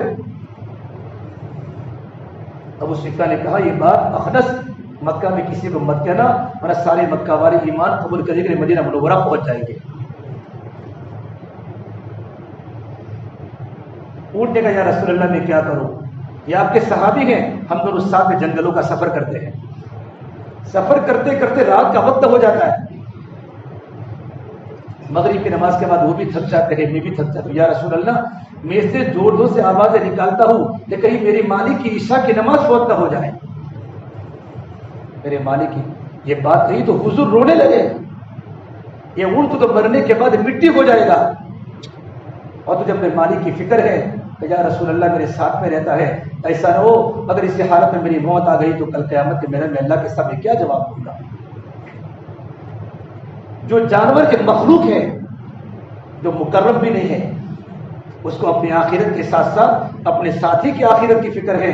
میری ہاسٹل میں کتنے بچے نماز نہیں پڑھتے، میں کمرے میں رہتا ہوں، میرے ساتھ 3 بچے ہیں، میں نماز پڑھتا ہوں، میرے 2 بھائی نماز نہیں پڑھتے۔ یوں نہیں کہنا تو نماز کیوں نہیں پڑھتا، اس کے لیے دعائیں کرنی پڑے گی، منت سماجت کرنی پڑے گی، اللہ سے مانگنا پڑے گا، اللہ کے سامنے رونا پڑے گا، رونا پڑے گا۔ ایک بہت بڑے اللہ والے ہمارا مظفر حسین کاندلوی رحمۃ اللہ علیہ، مفتی مظفر حسین صاحب ایک بار کاندلا سے دہلی پیدل آ رہے تھے، راستے میں دیکھا ایک مسجد میں نماز کا وقت ہو چکا، بستی کے قریب مسجد میں نماز پڑھنے کے لیے گئے تو پوری مسجد میں کچرا ہے اور کوئی نماز پڑھنے کے لیے مسجد میں آتا نہیں ہے۔ انہوں نے پوری مسجد کو صاف کیا، اذان کہی، ان کے ساتھی ایک ساتھ میں تھے، ایک مقتدی آ گیا اور جماعت کی۔ نماز کے مکمل ہونے کے بعد سوچا کہ اس بستی والوں کو جا کر میں سمجھاؤں کہ تمہارے گاؤں کے قریب مسجد ہے، ویران پڑی ہے، مسجد میں گرد و غبار ہے، نماز کیوں نہیں پڑھتے؟ دائی آدمی سب اپنے عبادت کی فکر نہیں کرتا۔ اللہ کے نبی صلی اللہ تبارک و تعالیٰ علیہ وسلم نے پوری دنیا کی انسانیت کی فکر کی ہے کہ میری بیٹی فاطمہ تو مت رو، اے میری بیٹی فاطمہ تو مت رو، اللہ نے تیرے ابا کو دین دیا ہے، یہ دین دنیا کے ہر کچے مکان میں جاوے گا۔ اے میری بیٹی فاطمہ، جہاں جگہ سورج کی کرنیں جاتی ہیں وہی دین پہنچ کے رہے گا، جہاں جہاں رات کے اندھیرے جاتے ہیں وہی کلمہ پہنچ کے رہے گا۔ میرے نبی کا پورا گھرانہ زندگی فاقوں میں گزاری، لیکن امت کے دین کے حضور نے فکر فرمائی۔ اور کتنی بڑی صحابہ کی جماعت دنیا میں تیار ہوئی، کتنی قبریں ملکوں میں آپ کو صحابہ کی ملے گی۔ تو بستی میں نے کہا حضرت یہ ہمارے یہاں کا سردار ہے، وہ شراب پیتا ہے، اس کے گھر پر لڑکیاں ناچتی ہیں، اگر وہ نماز پڑھے تو ہم سب نماز پڑھیں، ہمارے گاؤں کا بوس ہے، ہمارے گاؤں کا بڑا ہے، آپ ان کی ملاقات کرو۔ کہ کہاں رہتا ہے؟ کہ مسجد کی گلی میں رہتا ہے۔ حضرت مفتی مظفر حسین اس گلی میں گئے، جا کر دیکھا تو رئیس خان پٹھان نام تھا، وہ بیٹھے ہوئے تھے۔ کہ میں اندر آ سکتا ہوں؟ ایک مسافر ہو، کیا آ سکتے ہو؟ جا کر ملاقات کی، اور ملاقات کر کے اللہ سے بات کر کے گئے تھے، دعا کر کے اس انداز سے بات کی کہ بھائی صاحب یہ بستی والے آپ کو بڑا مانتے ہیں، آپ کو اپنے قبیلے کا سردار مانتے ہیں، گاؤں کا صدر مانتے ہیں، اگر آپ مسجد کے اندر جا کر نماز پڑھیں گے تو مسجد آپ کو دعائیں دے گی، آپ کی بستی کے نوجوان نمازی بنیں گے۔ تو کہا 2 باتیں میرے اندر ہیں، ایک تو میرا وضو نہیں رہتا، نماز پڑھ سکتا ہوں لیکن وضو رہتا ہی نہیں ہے۔ تو مفتی صاحب نے کہا ایک کام کرو، بغیر وضو کے نماز پڑھ لو۔ حالانکہ مولانا مفتی شریعت کے خلاف بات نہیں کرتے، لیکن ان کی باتوں میں حکمت ہوتی ہے۔ فرمایا دوسری بات ہے کہ میں پیتا ہوں اور پلاتا ہوں، اور غلط عادت ہے میری، یہ 2 کام مجھ سے چھوٹیں گے نہیں۔ جب چھوٹیں گے نہیں تو میں نماز نہیں پڑھوں گا، اگر میں نماز بھی پڑھوں گا یہ بھی کروں گا تو لوگ کہیں گے نماز پڑھتا ہوں ایسے دندے کرتا ہے، لوگوں کی عادت ہے کہنے کی۔ حضرت فرما دیکھو تم صرف ارادہ کرو کہ مجھے کل سے مسجد میں نماز پڑھنی ہے، اگر آپ کا وضو نہ رہے تو بغیر وضو کے پڑھنی ہے۔ خادم ساتھ میں تھا، حضرت نے پورا سفر ملتوی کر لیا، اتنا کہنے کے بعد اس نے کہا ٹھیک ہے میں ارادہ کرتا ہوں، مسجد میں سجدے میں پڑھ کے اللہ سے مانگا، اے پروردگار عالم میں نے شریعت کے خلاف باتیں کہی ہیں کہ بغیر وضو کے نماز تو پڑھ سکتا ہے، یا اللہ اس کا وضو ٹیکے اور اس کا وضو باقی رکھنا تیری ذمہ داری ہے، میرا کام صرف اس کو مسجد میں پہنچانا ہے، اس کے دل کی دنیا اللہ خود ہی بدل سکتا ہے۔ اتنا کہنا تھا، فجر میں اٹھا، آج تو نماز بہت مدت کے بعد جانا ہے، وضو نہیں آج تو غسل کر کے جاؤں گا، غسل کر کے جاؤں گا، پہلی مرتبہ نماز پڑھنا ہے۔ بس جیسے مسجد میں نماز پڑھی، اللہ نے وہ اچانک اس کی دل کی کیفیت کو بدلا کہ جیسے مسجد میں گیٹ سے باہر نکلا اس کے دل میں شراب کی نفرت پیدا ہو گئی اور غلط گندگی عادتوں کی نفرت پیدا ہو گئی۔ گھر پر آنے کے بعد سب کو روانہ کیا، شراب کی بوتلیں توڑ دی اور پوری بستی نماز پڑھنے والی بن گئی۔ اللہ نے اس کے بیٹوں کو عالم دین بنایا۔ ایک مسافر کی ایک دن کی محنت ہے۔ ہمارے پی جیوں میں، ہمارے ہاسٹل میں کتنے مسلمان بچے رہتے ہیں، کتنے مسلمان بچے رہتے ہیں۔ ہم تھوڑی فکر کریں، چند نوجوان ایسے مجنون قسم کے جو اپنے جاب کے ساتھ، اپنے اسکول کی پڑھائی کی تعلیم کے ساتھ ساتھ اس کی تھوڑی فکر کر لیں کہ میری پی جی میں عشاء اور فجر کے نماز سارا مجمع یہاں ہوتا ہے، ان کی نماز دی جانی چاہیے۔ میں اس کے لیے کیا کر سکتا ہوں؟ اللہ سے مانگ سکتا ہوں، محنت کر سکتا ہوں۔ ہمارا کام تو محنتوں کا ہے۔ ایک اسٹوڈنٹ پورے علاقے کا ذمہ دار بنا ہے، مولانا الیاس صاحب رحمۃ اللہ علیہ جب ذاکر حسین کالج میں آئے دلی میں، اور مولانا صاحب کی زبان تھی توتلی، دعوت کے کام کے بانی، زبان توتلی تھی۔ مولانا حضور صاحب بلیائی فرماتے ہیں میں ایک بار حضرت کے بیان میں بیٹھا ہوا تھا تو میرے بھائیوں 17 مرتبہ کہاں تب جا کر پورا بول سکے۔ زبان کی حالت ہے لیکن دل میں دین کے مٹنے کا درد بھرا ہوا ہے۔ ذاکر حسین کالج میں پوری دنیا کے اسٹوڈنٹ پڑھتے تھے، تبلیغ کا نیا ماحول تھا، تو فرمایا ہماری جماعتیں تمہارے ملکوں میں آئے گی تو ہماری جماعت کو کون ساتھ دے گا؟ اب ہندوستان میں تبلیغ کا کام کا تعارف نہیں تھا، کوئی جانتا ہی نہیں تھا، دلی میں کام شروع نہیں ہوا تھا، کچھ میواتی لوگ کام میں لگے ہوئے تھے، تو سب اسٹوڈنٹ نے کیا کی؟ تالیاں ماری۔ لوگ کیا کرتے ہیں مذاق میں کامنٹ کرتے ہیں، تالیاں بجاتے ہیں، لیکن مولانا صاحب کسی سے متاثر نہیں ہوتے تھے، بڑے عزائم تھے اللہ کے ساتھ۔ فرمایا ہماری جماعت تمہارے ملکوں میں آئے گی تو ہماری جماعت کا کون ساتھ دے گا؟ ایک نوجوان کو کہا ملا جی تمہارا کھسک گیا ہے، ابھی دلی میں کوئی دعوت کے کام کو نہیں جانتا، تم ملکوں کی بات کرتے ہو، ملکوں کی بات کرتے ہو۔ اگر میں آپ کو یہ کہوں کہ اسٹوڈنٹ امریکہ جائے گا، کینیڈا جائے گا اللہ کے راستے میں، آپ بولو کہ مولانا ابھی تو پی جی میں کھانے کے پیسے نہیں ہیں، آپ امریکہ کی کینیڈا کی باتیں کرتے ہیں، لیکن اللہ کے بندے اللہ سے اچھی گمان کر کے بات کرتے تھے۔ ایک صومالیہ کے قریب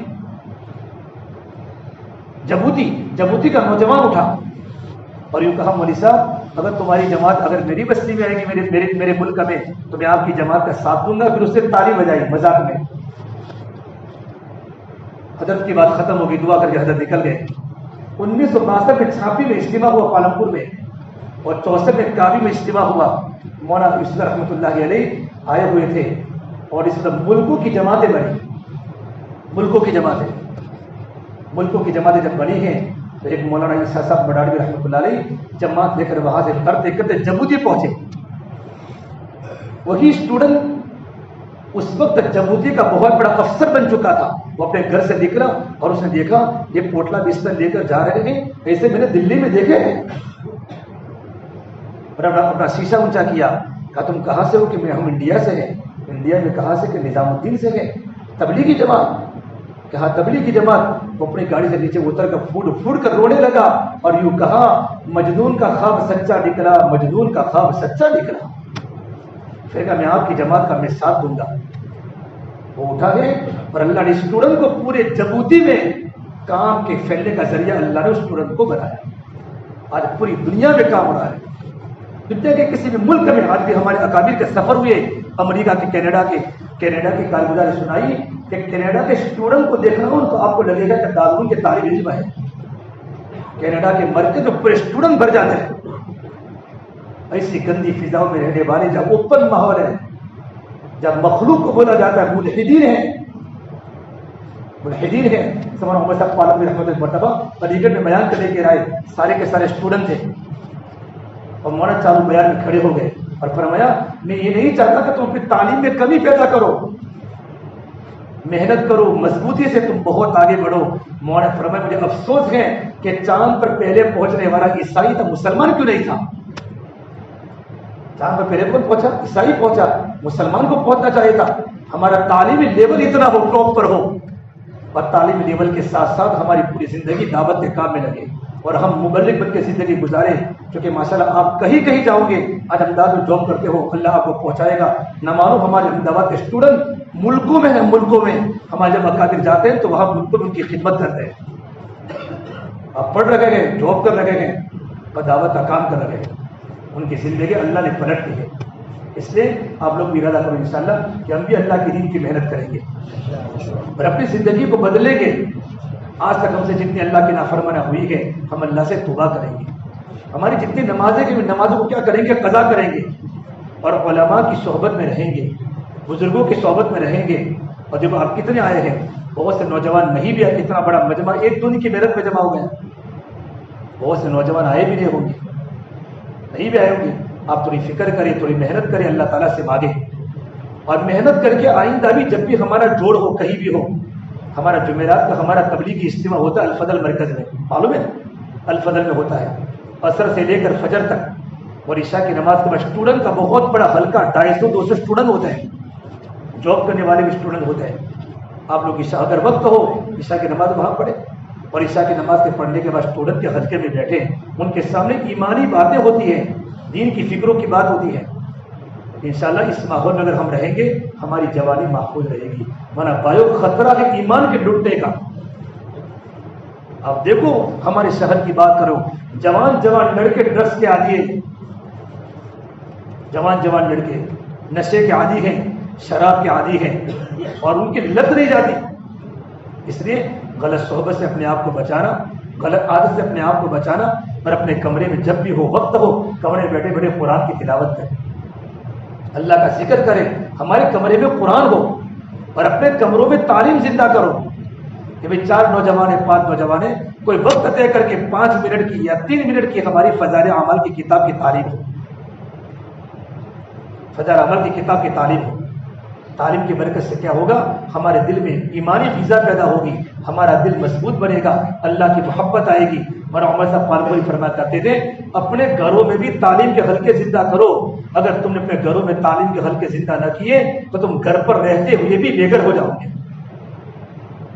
گھروں کی تعلیم، میں 2008 میں حیدرآباد گیا تھا، 4 لوگوں کی جماعت تھی، ایک جگہ مستورہ میں بات کرنے گیا، مستورہ میں بات کر کے مجھے جو ساتھی رحمت اللہ کا مونا ایک قریب کا مکان ہے، اس نوجوان کو دیکھ میں نے کہا کیا ہوا کہ ہمارے گھر کے قریب ایک فیملی غیر مسلم منتقل ہوئی، مکان خریدا مسلمانوں کے محلے میں، وہاں تو رہتے قریب قریب میں،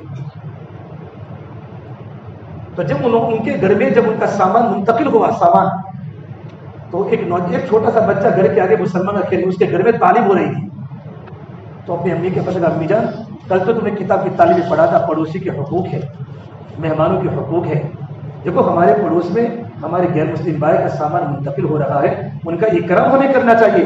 چھوٹا بیٹا ماں کو کہہ رہا ہے، کھیلتے کھیلتے آیا، تو ماں نے کہا بیٹا میں چائے بناتا ہوں، چائے بنا کر تھرمس میں چائے بھرا اور ٹوسٹ کو لے کر بنا بسکٹ دے کر بیٹا ان کو چائے پلا دے، چائے دے کر آ گیا وہ لڑکا، تو کھیلنے میں مشغول ہو گیا۔ دوپہر کا وقت ہوا، سامان ابھی منتقل ہو رہا تھا کہ امی ابھی تو ان لوگوں نے کھانا نہیں پکایا ہوگا، ابھی ان کا سامان منتقل ہو رہا ہے، اور ہم پر تو پڑوسی کے حقوق مہمانوں کے، امی کھانا بنا لو۔ تو ماں نے جلدی جلدی دال چاول بنائے اور ٹفن تیار کیا کہ بیٹا سب کو کھلا دے۔ جب وہ لڑکا جب کھلانے کے لیے گیا تو غیر مسلم کی آنکھیں بھیگی ہو گئی، اور کہا بیٹا شام کا کھانا مت لانا، شام کا کھانا ہماری پوری فیملی منتقل ہو جائے گی اور ہمارے گھر میں کھانا بنے گا۔ جب پوری فیملی آ گئی تو شوہر نے بیوی کو یوں کہا ان لوگوں نے ہمیں صبح چائے پلائی، دوپہر کا کھانا کھلایا، ہمارا حق بنتا ہے کہ ان کا تھوڑا اکرام یہ کرے کہ ایک مٹھائی کا ڈبہ لے کر ان کو ہدیے میں دو۔ یہ مٹھائی کا ڈبہ لے کر وہ عورت گئی پڑوس میں مسلمان کی عورت کے گھر کے پاس، پھر کہا ہم تو بہت سے مسلمانوں کے پڑوس میں رہ کر آئے لیکن ہم نے وہ اخلاق نہیں دیکھے جو تمہارے بچے کے اخلاق دیں گے۔ کہا ہمارے گھر میں فضائل اعمال کی تعلیم ہوتی ہے، اللہ اور اللہ کے نبی کی باتیں ہوتی ہیں، ہمارے خدا نے ہم کو زندگی گزارنے کا طریقہ بتایا، پڑوسی کے حقوق بتائے۔ تو کہا میں تمہاری تعلیم میں شرکت کر سکتی ہوں کہ بالکل آؤ، لیکن 2 دن آنا، تم تیسرے دن مت آنا۔ کہ کیوں؟ کہ میرے شوہر اللہ کے راستے میں 3 دن جماعت میں گئے تو تیسرے دن وہ آ جائیں گے اور آپ کو ان کے لیے پردہ کرنا آپ کو فرض ہے۔ 2 دن تعلیم میں آئی اور تعلیم کے بعد اس بہن نے کہا کہ بہن تم آئندہ کل مت آنا، تو رونے لگی کہ مجھے اتنا مزہ تمہاری تعلیم میں آ رہا ہے کہ میں آپ کو بتا نہیں سکتی، بہن تم مجھے روک رہے ہو لیکن میں کیا کروں، کیا مجھے یہ کتاب مل سکتی ہے؟ کہ ہاں میرے پاس ہندی کتاب پڑھی، میں آپ کو ہندی کتاب گفٹ دیتی ہوں۔ تو اب گھر جا کر گھر میں اس غیر مسلم عورت نے تعلیم شروع کی، اس کا شوہر بھی ہے، جوان لڑکا بھی ہے، جوان لڑکی بھی ہے۔ ایک دن باپ نے تعلیم کی، دوسرے دن اس کی عورت نے تعلیم کی، اس کی بیوی نے، اور تیسرے دن وہ جوان لڑکا اسٹوڈنٹ تھا، پڑھ رہا تھا اسکول میں کالج میں، ایک کتاب کی تعلیم کی، ابو ذر غفاری کا واقعہ پڑھ رہا تھا اور رو گیا اور کتاب بند کر لی۔ امی اب مجھے برداشت نہیں ہوتا، میں آپ کو کہہ دیا ہے کہ 2 دن تعلیم کے حلقے میں بیٹھ کر میں ایمان قبول کر چکا ہوں، ایمان قبول کر چکا ہوں۔ اس کی امی نے اس کے ابا کی طرف دیکھا، اس کے ابا نے کہا میری پیاری بیوی میں تو پہلے ہی دن چائے پی کر ایمان قبول کر چکا تھا، لیکن تیرا مجھے انتظار تھا، میں ایمان قبول کر چکا ہوں۔ ایک تعلیم کے حلقے کی برکت سے پوری فیملی اسلام میں داخل ہو گئی۔ یہ گھروں کی تعلیم کے وہ اثرات ہیں۔ ہم دعوت کے کام کو معمولی نہ سمجھیں، اس نے پوری دنیا کو پلیٹ لپیٹ میں دے دیا ہے۔ آپ جاؤں گے اس سے کڑوے اور خطرناک ناچنے والے نوجوان راتوں کو رونے والے اللہ نے بنا دیے۔ اس سے میرے بھائیوں ہم بھی ارادہ کریں ماشاءاللہ ہم بھی ارادہ کریں کہ ہم بھی اس محنت کو اپنی زندگی کا حصہ بنائیں گے. کوئی ارادہ کیا بنائیں گے؟ زندگی کا حصہ بنائیں گے. جب بھی ہمارے پاس چھٹی کا موقع ہو، بڑی چھٹی ہو، سمر ویکیشن ہو ہمارے پاس، بڑی تعطیل ہو، ایسے وقت میں اللہ کے راستے میں چلنے کا ارادہ کریں گے. اور جو فائنل ایگزام ہونے کے بعد اور جو لوگ جاب کرتے ہیں چھٹی لے کر بھی کم سے کم زندگی بھی ایک مرتبہ 4 ماہ لگائیں گے. یہ فجر کے نماز کا میری ڈاکٹرز میں بات تھی، بہت سے ڈاکٹر پورے احمدآباد کی جمع ہوئی تھے بروج میں. تو کتنے ڈاکٹروں نے MBBS نہیں MD MS بڑے بڑے ڈاکٹرز انہوں نے کہا انشاءاللہ، اور کتنے 4 مہینے اللہ کے راستے میں لگا ہے. اور گودرا کے ڈاکٹرز کی جماعت آئی ہے. یہ ڈاکٹر کتنا بزی ہوتا ہے، اس کے کتنے پیشنٹ ہوتے ہیں. لیکن جب دل میں ہمارے ڈاکٹر عبدالماجد اورنگ آباد سے آئے تھے، کتنے بڑے ڈاکٹر، نیورو سرجن تھے، دماغ کے بڑے ڈاکٹر. کسی کا ہاتھ یوں الٹا ہو تو ان کو معلوم پڑ جائے اس کی کون سی رگ میں تکلیف ہے.